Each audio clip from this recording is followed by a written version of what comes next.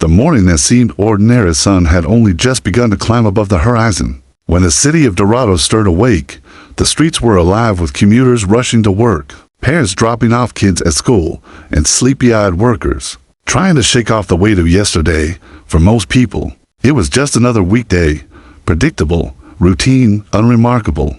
But for one young man behind the counter of a McDonald's, this day was destined to be remembered forever. His name was Daniel Cruz, 22 years old, lean from long shifts on his feet, with the sharp eyes of someone who had grown up watching the world closely. He wore the standard black cap and polo with the golden arches embroidered on the chest, an outfit that made him blend into the uniform rhythm of fast food life. To most customers, he was just another worker, someone who handed them coffee, bagged their breakfast sandwiches, and offered a polite, "Have a nice day," before turning to the next car in line. But Daniel didn't see himself as invisible. He had dreams that reached far beyond the four walls of the restaurant, dreams of college, of helping his younger sister finish school, of building a life where his parents didn't have to worry about bills. Yet for now, those dreams were folded into the everyday motions of a job that demanded speed, patience, and a smile no matter how tired he felt. That morning, the restaurant buzzed with the familiar hum of the breakfast rush. Fryers hissed with sizzling hash browns, the beeping of timers rang out in steady rhythm, and voices from headsets announced orders streaming in from the drive-thru. Daniel had long grown used to this chaos. In fact, he thrived in it. His hands moved quickly, his responses were automatic, coffee in one hand, bag in the other. "Thank you. Next, please." He was part of a well-oiled machine, a cog turning smoothly with the rest. Outside, the drive-thru line curled around the building, a parade of cars filled with weary faces. Some drivers tapped impatiently at their steering wheels, others scrolled their phones, barely glancing up when it was their turn. For them, this stop was only a small pause in their day. But for Daniel, each face represented a task to complete, a routine to perfect. As he leaned against the drive-thru window for a brief second, Daniel exhaled and let the cool morning air brush his face. He had woken up at 4:30 that morning, the way he always did, dragging himself out of bed in a quiet apartment where his sister was still asleep on the couch. He had made himself instant coffee, too weak, but enough to get by, and bike through streets still half in shadow. The thought had crossed his mind, as it often did, that he was still young and life should be bigger than this, but responsibility kept him rooted. His mother's hospital bills didn't pay themselves, and his little sister's textbooks weren't free. This job was steady, and steady was what he needed. "Order up." Daniel, one of his co-workers, called from behind him, sliding a tray of steaming hotcakes and bacon into his hands. He smiled, thanked them, and turned to the window where a tired father waited in his car with two kids arguing in the back seat. Daniel passed the meal through, gave his usual cheerful "enjoy your breakfast," and turned back, ready for the next stop. The rhythm carried him along like a river current, time blurred, broken only by the constant cycle of voices, cash, and food bags. Yet beneath the hum of routine, Daniel's mind wandered. He thought about his sister, about how she had asked him last night if he could help with the school project. He thought about his mother's voice on the phone, fragile but still hopeful. And he thought about how many times he had been told by teachers and mentors that greatness wasn't always found in classrooms or boardrooms. Sometimes, they said, greatness came when you least expected it, in the small decisions you made, in the moments when no one was watching. Daniel didn't know it then, but fate was about to test that lesson in the most dramatic way possible. It was about half an hour into the rush when a silver SUV pulled up to the payment window. Daniel greeted the driver, a woman in her late 30s. With the same polite smile he offered everyone, she handed him her card, her voice calm, her manner steady. Nothing seemed unusual. In the back seat, two children sat quietly, their eyes fixed on something unseen, perhaps a school bag or a toy. Daniel processed the payment, handed her receipt, and told her to pull forward to the pickup window. The exchange was so ordinary he barely thought about it, but as the car rolled forward, Daniel felt a flicker of something he couldn't name. It was subtle at first, the way the SUV didn't stop quite as smoothly as others, the strange angle of the woman's head as she gripped the steering wheel. He brushed it off. People drove distracted all the time. Maybe she was reaching for her phone. Maybe the kids had said something. Maybe then came the sound. Die at first. It was faint, high-pitched, urgent voices that pierced through the normal clatter of the kitchen. Daniel turned his head slightly, frowning. The voices grew louder, clearer. They weren't playful or whiny. They were panicked. Two children screaming from the back seat. "Mommy, Mommy, stop the car." "What's happening?" The words sliced through the morning like a knife. Daniel's pulse spiked. He leaned toward the glass, his eyes narrowing. Through the tinted window, he saw the woman's body jerk in a way that wasn't natural. Her chest heaved, her hands trembled against the steering wheel. Her foot, the one that should have been pressing the brake, wasn't moving. The car rolled forward, slow but steady, ignoring the normal stop at the pickup window. Time seemed to slow. Daniel's first thought was disbelief. Maybe she had just been distracted. Maybe she had slipped for a second. But the children's voices told him otherwise. Their shrieks were raw with terror. Their little hands pressed against the glass as they called out for their mother. Daniel's breath caught in his throat. Something was terribly wrong. In that instant, the fast food job, the routine, the headset orders, all of it faded. What filled Daniel's mind instead was a single thought. This family is in danger. The SUV was still rolling forward, creeping toward the corner where cars turned into traffic. The mother's face had gone pale, her head tilting as if she might collapse. The children's cries grew sharper, desperate. Daniel could feel the heat rising in his chest, the weight of a decision pressing down on him. He could stay behind the counter, frozen in shock like so many might do, or he could act. And he had only seconds to choose. As his heart pounded and the world around him blurred. Daniel Cruz didn't yet know that this morning, this ordinary shift, would mark him forever. He didn't yet know that his name would appear in headlines, that strangers would call him a hero, that his leap of faith would save lives. But the choice was in front of him, and the moment had arrived. The silent, warning signs silver SUV crept forward, inch by inch, as if pulled by some invisible hand. The sound of its slow roll was drowned out by the usual clatter of the kitchen behind Daniel. But his eyes stayed locked on the vehicle. Something in his chest whispered that this was not just a distracted driver fumbling with her phone. The mother's movements were jerky, her head tilting unnaturally. The car wasn't stopping where it should. The voices of the children pierced through the thin barrier of the drive-through window again. This time Daniel heard every word clearly. "Mommy, stop. Mommy, please." Their cries carried the sharp edge of terror, not the fake whines of kids denied a toy, not the impatience of hungry children waiting for pancakes, but the primal sound of fear when the world suddenly shifts into danger. Daniel's breath caught. His hand still hovered over a bag of food, but he had already forgotten about it. He pressed his face closer to the glass, squinting to see inside. Through the glare of the morning sun, he caught glimpses of the mother's pale face. Her chest rose and fell in shallow bursts. Her lips parted as if to gasp, but no words came out. The SUV continued rolling forward, slow, relentless. Daniel's pulse throbbed in his ears. In the split-second quiet that followed, a dozen thoughts raced through his head. He had no training for this. He wasn't a paramedic, wasn't a firefighter, wasn't a cop. He was just a fast food worker on a morning shift. Yet, the scene in front of him screamed louder than his doubts. Something was wrong, and if no one acted, tragedy was only seconds away. The car crept past the pickup window now, heading toward the exit where traffic streamed by it. Bursts of speed. Another customer sat in line behind, honking impatiently, unaware of the crisis unfolding before their eyes. Daniel's co-worker, Maria, noticed the frozen look on his face and stepped beside him. "Hey, what's wrong?" she asked, glancing at the moving SUV. Daniel didn't answer right away. His mind was locked in a storm of fear and urgency. The cries of the children still echoed. The woman's body slumped slightly against the seatbelt, her hands sliding clumsily against the steering wheel. "She's not okay," Daniel finally muttered, his voice almost a whisper. "She can't breathe." Maria's eyes widened. "Wait, what?" Before she could ask more, the SUV jerked forward with a sudden lurch. The children screamed again, their tiny hands pounding against the window. Daniel's stomach twisted. He knew this was it. The thin line between waiting and acting. If the car crossed that line into traffic, no one could predict the outcome. It could slam into another vehicle, crush pedestrians, or roll into a busy street where horns and screeching tires would only add to the chaos. And through it all, two children would be trapped inside, powerless.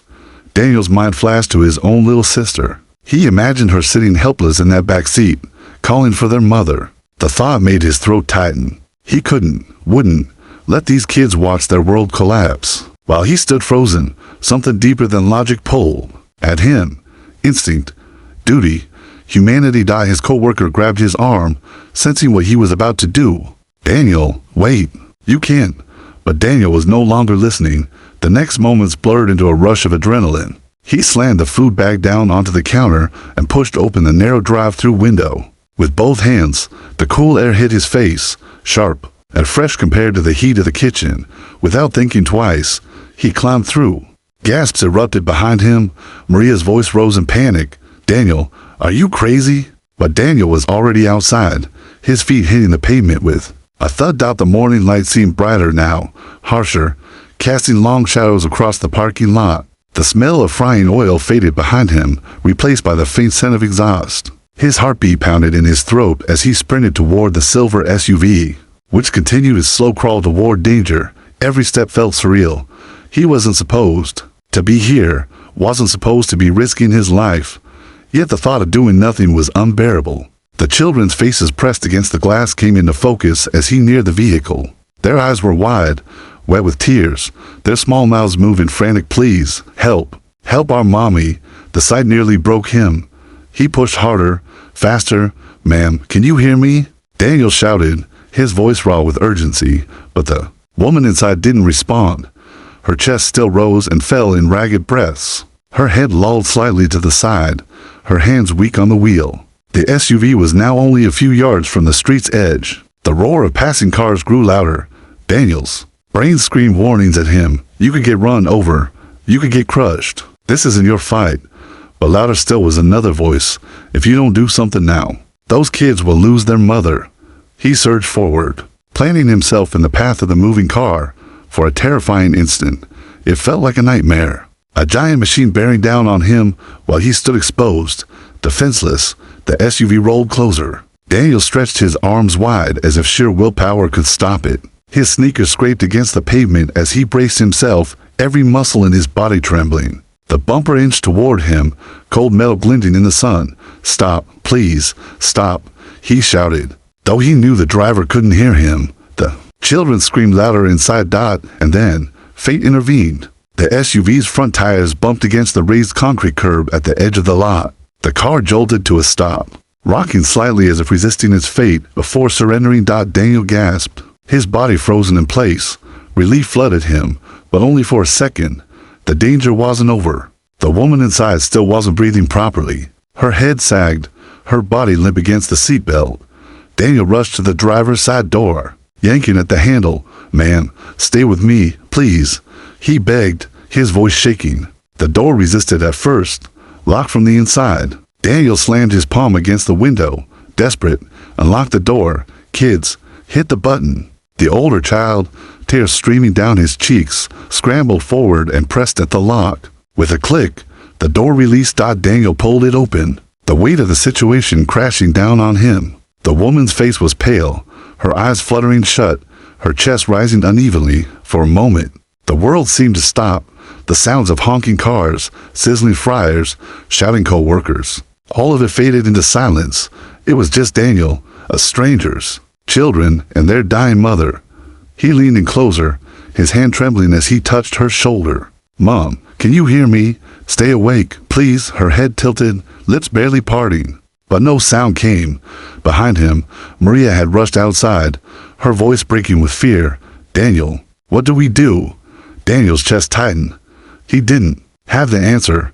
He wasn't trained for this, but standing still wasn't an option. He turned to the children, forcing calm into his voice despite the panic roaring inside him. It's okay. It's okay. I'm here. I'm going to help your mom. Their sobs quieted just a little, their eyes clinging to his words, and in that fragile moment, Daniel realized something. He wasn't just trying to stop a car. He was standing between life and death, and he had been chosen, whether he wanted it or not, to act. The ordinary had been shattered.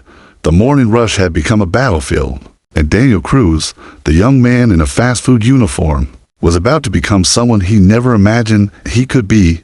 The leap of faith parking lot was alive with noise, honking horns, shouts from bystanders. the screech of brakes from cars pulling up to fasten the drive-thru.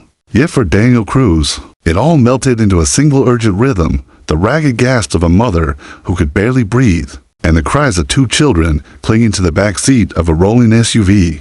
The vehicle had jolted to a stop against the concrete curb, but the danger had not passed. The woman slumped against her seatbelt, her head lolling as though her body was too heavy for her neck to hold. Her hands trembled on the steering wheel before slipping away entirely. The children's screams were knives cutting through Daniel's chest. "Help her, please, mister. Mommy's not waking up." Their voices shook, tiny fists pounding on the glass, their faces wet with tears. Daniel's pulse hammered so hard it made his vision blur. He felt a rush of cold fear sweep through him, the kind that makes most people freeze. But within that fear, something else stirred. He thought of his sister, of his mother's voice over the phone, of every time he had felt powerless in life. Not this time, not today. He had no medical training, no authority.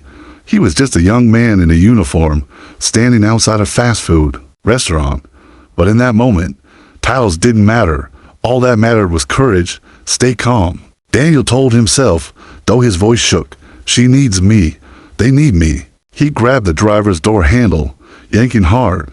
The lock resisted until the older child, sobbing, scrambled forward and pressed the release button. With a metallic click, the door swung open and Daniel saw her fully for the first time. Her skin was pale, her eyes half-lidded, her chest rising unevenly as if every breath was a battle. "Ma'am, can you hear me?" Daniel asked, his voice breaking. He leaned in, touching her shoulder. "Stay awake. You're gonna be okay." Her head tilted slightly, lips moving without sound.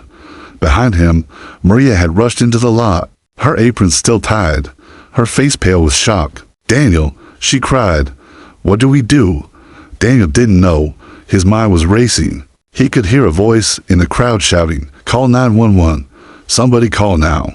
A man pulled out his phone, hands trembling as he dialed. Daniel focused on the woman again. Her breathing was shallow, her chest rising in quick, uneven bursts. His heart clenched. This wasn't just a fainting spell. This was something far worse. The SUV's gear shift rattled faintly. The car still angled awkwardly against the curb. If it slipped back into motion, the children could be thrown into new danger. Daniel reached across the woman with careful urgency, tugging at the keys. His fingers shook as he twisted the ignition to shut off the engine. The quiet that followed was eerie, broken only by the sobs of the children. Okay, it's safe now," he muttered, though the reassurance was more for himself than anyone else. The younger child reached toward him with trembling hands. "Is she gonna die?" Daniel froze. The words tore through him. "No," he said firmly, forcing strength into his voice. "No, she's not. Not while I'm here." The boy's small fingers clung to his sleeve like lifelines. Daniel swallowed hard, blinking back the sting in his own eyes. He turned back to the woman, his mind racing. He remembered the CPR posters that had hung in his high school gym, the diagrams he had seen online. He wasn't sure if he remembered the exact steps, but he couldn't let doubt paralyze him. Before he could act, another voice cut through the chaos. "Move aside. I've got training." Daniel turned to see a tall man running across the lot, his uniform shirt half hidden beneath a hoodie. He flashed a badge clipped to his belt, an off-duty fire rescue officer who had been waiting for his coffee inside the restaurant. Relief washed through Daniel, but he didn't step back completely. Instead, he helped ease the woman's body back against the seat as the fire officer checked her pulse. "She's barely breathing." The officer muttered, urgency in his voice. "We need to start CPR." Maria gasped, covering her mouth. "Oh my God." The fire officer guided Daniel. "You, keep the kids calm. I'll start compressions." "We don't have much time." Daniel nodded quickly, turning toward the back seat where the children sobbed uncontrollably. He crouched down so his eyes met theirs, forcing calm into his trembling voice. Hey, listen to me. Your mom is strong. She's fighting right now, and we're helping her, okay?" The older child hiccuped between sobs. "Promise." Daniel felt his chest ache, but he nodded firmly. "Promise. I won't leave her." The words seemed to ease them slightly, though their tears didn't stop. Behind him, the fire officer's hands pressed firmly against the woman's chest in steady rhythm. Another McDonald's employee ran out with a first aid kit, fumbling it open. The seconds stretched like hours. Every beat of compressions echoed in Daniel's ears like drumbeats of life and death. Then, a faint cough. The woman's chest jerked, air catching in her throat. Her eyelids fluttered open, dazed and weak, but alive. "She's coming back," the fire officer said, relief in his voice. "Keep her steady." Daniel felt his knees weaken as if the weight of fear finally released him. He leaned against the door frame, breathless, watching her chest rise more evenly now. The children cried out in joy. "Mommy, Mommy." The woman's lips moved weakly, her eyes darting toward the back seat. She tried to speak, but only a whisper escaped. Daniel leaned close, holding her hand gently. "You're safe. Your kids are safe. Just hold on. Help is on the way." Sirens wailed in the distance, growing louder by the second dot in that surreal moment. Standing in a McDonald's parking lot with strangers gathered around, Daniel felt something shift inside him. He had jumped out of a window with no plan, risking his own life on instinct alone, and somehow it had mattered. The fire officer clapped him on the shoulder. "You did good, kid, real good. If you hadn't acted so fast, we'd be telling a different story right now." Daniel blinked, the words sinking in slowly. He wasn't used to praise. He wasn't used to being seen. But now, dozens of eyes were on him. Co-workers, customers, strangers holding their phones up, recording. He suddenly realized his every move was being captured, a story already writing itself. Yet in his heart, he didn't feel like a hero. He felt like a son who thought of his mother, a brother who thought of his sister, and a young man who simply couldn't stand by. The woman's weak grip on his hand reminded him of something his father had once told him long ago. Sometimes, courage doesn't wait for permission, it just leaps, and leap he had. The struggle for life sound of sirens grew louder, slicing through the humid Florida morning like blades of urgency. Red and blue lights flickered faintly at the far end of the street, drawing closer with every passing second. Yet, in the parking lot of that McDonald's, time seemed to stretch thin, fragile, as though the world itself was holding its breath. Daniel knelt by the open driver's door, his hands still wrapped around the trembling fingers of the woman who only moments ago had teetered on the edge of death. Her chest now rose and fell in uneven but steady rhythm, each breath a battle won. Her lips moved weakly, whispering words that never quite formed, but her eyes were open, darting toward the back seat where her children cried out for her. "It's okay," Daniel murmured, leaning closer so she could hear him over the chaos. "They're right here. You're safe. Stay with us." The fire officer kept a steady hand on her shoulder, monitoring her pulse. His voice, calm yet urgent, cut through the noise. "We've got her back, but we need medics now. Don't let her slip away again." Maria hovered nearby, wringing her hands, her face pale as chalk. Another employee, a teenage boy barely out of high school, stood frozen with the open first aid kit in his hands, unsure what to do next. Around them, customers had abandoned their cars, some recording with phones, others praying under their breath. The parking lot had become an arena, not of food and commerce, but of life and death. Daniel turned his attention to the children in the back seat. Their tear-streaked faces were pressed against the window, eyes wide with fear and confusion. The younger one hiccuped between sobs, clutching a stuffed bear so tightly the fabric strained at the seams. "Can we get out?" The older child cried, his voice trembling. "Is Mommy okay? Please tell me she's okay." Daniel forced calm into his own shaky voice.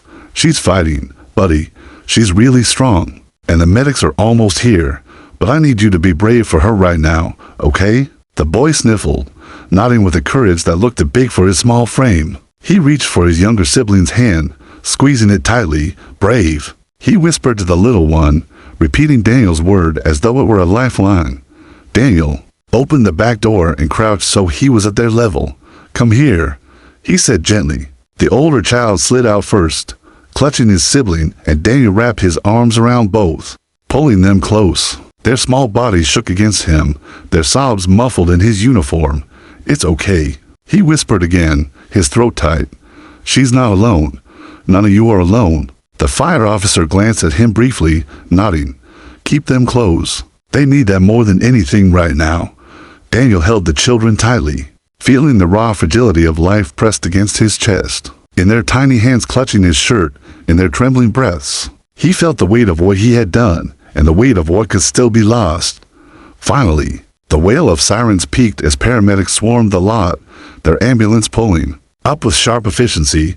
The EMTs jumped out, bags and equipment in hand, their voices cutting through the crowd with brisk authority. "What have we got?" one asked.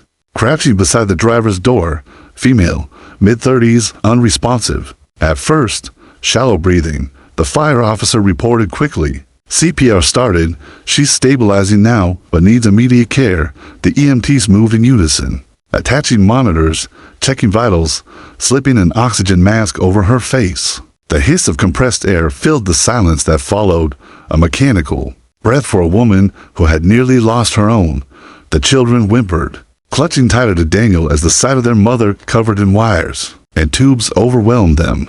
He tightened his grip, shielding their view with his body. "Hey, don't be scared. They're helping her. This is what heroes do." One of the paramedics glanced at Daniel and gave a brief, knowing nod. "You did good, kid," he said, before returning his focus to the patient. Daniel barely heard him. His mind replayed the last few minutes in flashes, the cries of the children, the slumping body, the desperate leap through the drive-thru window.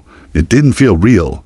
It felt like a dream he might wake from any second. And yet, the warmth of two small children clinging to him told him otherwise. As the EMTs prepared to load the woman onto a stretcher, Daniel bent down and looked the older child in the eyes. "Do you want to come with her in the ambulance?" The boy nodded fiercely, tears still running down his cheeks. "Okay, I'll make sure they let you." The fire officer, overhearing, touched Daniel's shoulder. "We'll get them in. Stay with them until the paramedics say otherwise." Daniel followed closely as the stretcher was rolled out. The woman's hand dangled weakly at her side, and without thinking, Daniel reached out and held it for a moment, squeezing gently. "You're not alone," he whispered to her, though he wasn't sure she could hear. When her fingers twitched slightly in response, his chest tightened. She was still fighting. The paramedics guided the children into the ambulance beside their mother, buckling them safely into seats. One of them turned to Daniel. "You can ride along if you want. You kept them calm. They trust you." Daniel hesitated. He was just an employee on a shift, not family, not trained. But when the children's hands reached for him instinctively, their eyes pleading, he knew there was no decision to make. "I'll go," he said softly. Maria's voice called from the crowd. "Daniel, your shift." She stopped herself mid-sentence, her hand over her mouth as though realizing the absurdity of the words. This wasn't about shifts or schedules anymore. This was about life. As Daniel climbed into the ambulance with the children, the world outside blurred into chaos, flashing lights, curious onlookers, phones capturing videos that would soon flood the internet. But inside, it was quiet, fragile, filled only with the steady beep of monitors and the soft sobs of children leaning against him. The doors slammed shut and the ambulance pulled away. Daniel sat in the back, one arm around the children, his eyes fixed on the woman lying still, but alive on the stretcher.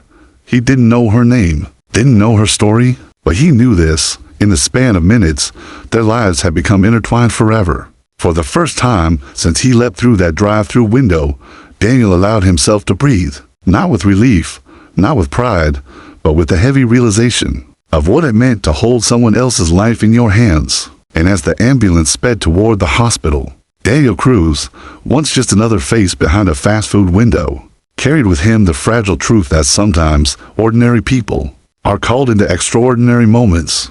The aftermath and Legacy ambulance tore down the road, sirens wailing, weaving between traffic as though carving a path through fate itself. Inside, the world felt strangely small, just the hiss of oxygen, the rhythmic beep of monitors, the whispered voices of paramedics, and the fragile breaths of a woman who had only minutes earlier hovered between life and death.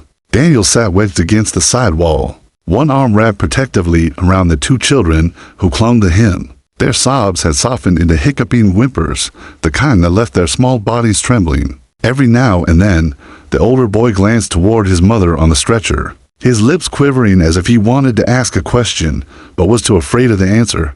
Daniel squeezed his shoulder gently. "She's fighting," he said softly, leaning close enough so the boy could hear over the sirens. "She's not giving up, and neither should you." The boy nodded slowly, his small hand tightening around his brother's. Daniel's eyes flicked back to the woman. Her chest rose more evenly now beneath the mask. Her fingers twitched faintly against the sheets. It wasn't much, but it was enough. Enough to believe that what he had done mattered. He let out a slow breath, his heart still, racing from adrenaline. Part of him wanted to collapse, to curl up, and let the enormity of the morning wash over him. But the weight of the children's trust kept him steady. He couldn't fall apart. Not yet. Minutes stretched into what felt like hours until the ambulance finally screeched to a halt at the hospital. The back doors swung open, and a team of nurses and doctors rushed out, voices sharp and efficient. The stretcher was lifted out, rolling quickly toward the emergency entrance. "Let's go. Let's go." One nurse called, guiding the team inside. Daniel started to follow, but was stopped by a paramedic. "You stay with the kids," he said firmly. "They need you right now more than she does." So Daniel stayed. He held the children's hands as they were led into a waiting area, their wide eyes darting nervously at the flood of strangers and scrubs. They sat beside him on the plastic chairs, their small shoulders pressed against his for the first time. Since the ordeal began, Daniel felt the weight of stillness. His hands shook as he looked down at them, at the small fingers intertwined with his own. It was surreal. A few hours ago, he had been bagging Egg McMuffins, repeating the same polite phrases he had said 1,000 times before. Now, he was here, in a hospital, covered in sweat, his uniform wrinkled, his body aching with exhaustion, and yet holding on to two children who would never forget him. The door burst open. Maria rushed in, breathless, her apron still dusted. With flour from the kitchen, she hurried to Daniel, her eyes wet with tears. "Daniel," she whispered, her hands clutching his arms. "You scared me half to death. I thought," her voice cracked as she pulled him into a tight hug. "You could have died out there." Daniel froze for a moment before hugging her back, his throat thick. "I couldn't just watch," he muttered. "Not with the kids there. Not with her." Maria pulled back, wiping at her cheeks. "The news is already here. People saw everything. They're calling you a hero." Daniel's stomach tightened. The word felt foreign, heavy. Hero. He didn't feel like one. He felt scared, exhausted, unsure of whether he had even done enough. But when he looked down at the two children leaning against him, their eyes red but filled with fragile hope, he realized that maybe heroism wasn't about how he felt. Maybe it was about what they saw in him. The hours passed slowly. Doctors came in with upgrades. The woman, Officer Martinez, as Daniel finally learned, was stable. She had suffered a sudden medical emergency, her body giving out while she drove.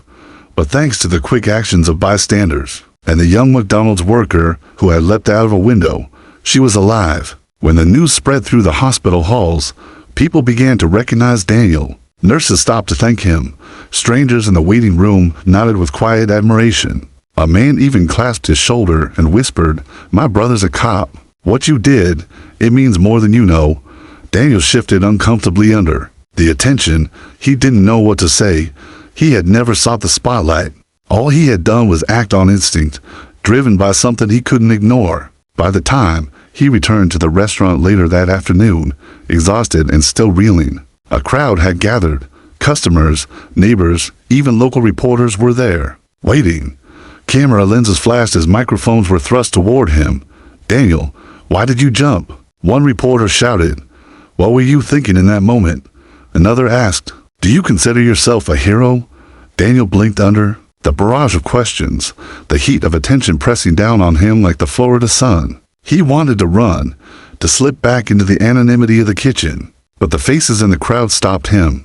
Not the cameras, not the reporters, but the ordinary people who looked at him with something more than curiosity, gratitude, hope. He took a breath, his voice quiet but steady. "I didn't think about it," he said simply. "I just saw kids in danger and a mom who needed help. I thought, if that were my family, I'd want someone to do the same. That's it."